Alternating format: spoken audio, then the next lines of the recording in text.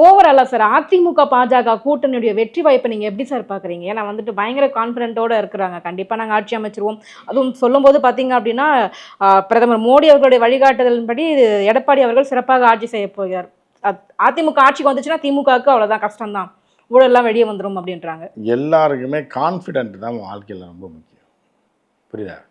இப்போ நீங்கள் டூ வீலரில் தானே வந்தீங்க. நீங்கள் போய் சாவியோடு எடுத்து போகும்போது என்ன நம்பிக்கையில் போய் இந்த வண்டி நின்று போயிடும், கிளம்பாது, ஸ்டார்ட் ஆகாது அப்படியா நினைக்க மாட்டீங்க. அந்த வண்டி உங்கள் மைண்ட்லேயே இருக்காது. ஆட்டோமேட்டிக்காக சாவியை போடுறோம், பட்டன் நமக்கு ஸ்டார்ட் ஆகும், போயிட்டே இருக்குன்னு தான் போகிறீங்க. புரியுதா உங்களுக்கு?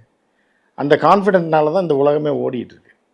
அந்த மாதிரி தான் ஒவ்வொருத்தரும் நம்ம இப்போ நிற்கிறோம், எலெக்ஷன் நிற்கிறோம், எம்எல்ஏ ஆகிறோம், தலைவர் முதலமைச்சர் ஆகிறாரு, கொடி கொடியாக அடிக்கிறோம், போகிறோம், திமுக வீழ்த்துறோம், பாஜக ஆட்சியை கொண்டு வர்றோம், பாஜக காங்கிரஸ் ஆட்சி அதிமுக ஆட்சி நடக்க போது, எடப்பாடி முதலமைச்சர், எல் முருகன் துணை முதலமைச்சர், அண்ணாமலையை ஒழிச்சு கட்டிட்டோம்.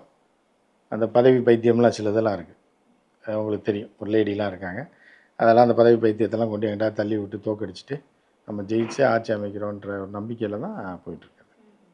அப்படி கூட சொல்ல முடியாதுங்க சார். இந்த பக்கம் திமுக ஆட்சியில் பார்த்தீங்க நீங்கள் சொல்ல முடியாது, அவர் ஆங்கரா, நான் சொல்லலாம்.